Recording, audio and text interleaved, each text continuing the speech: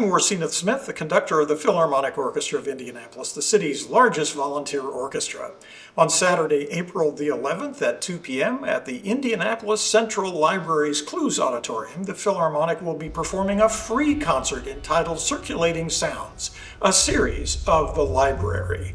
Featured on the program will be music from Peer Gynt of Edvard Grieg, Hoedown from Copland's Rodeo, the Toy Symphony of Franz Joseph Haydn, the theme from Bluey, the selections from How to Train Your Dragon, and many more. We hope you can join us for this free one-hour concert by the Philharmonic Orchestra of Indianapolis on Saturday, April the 11th at 2 p.m. at the Indianapolis Central Library.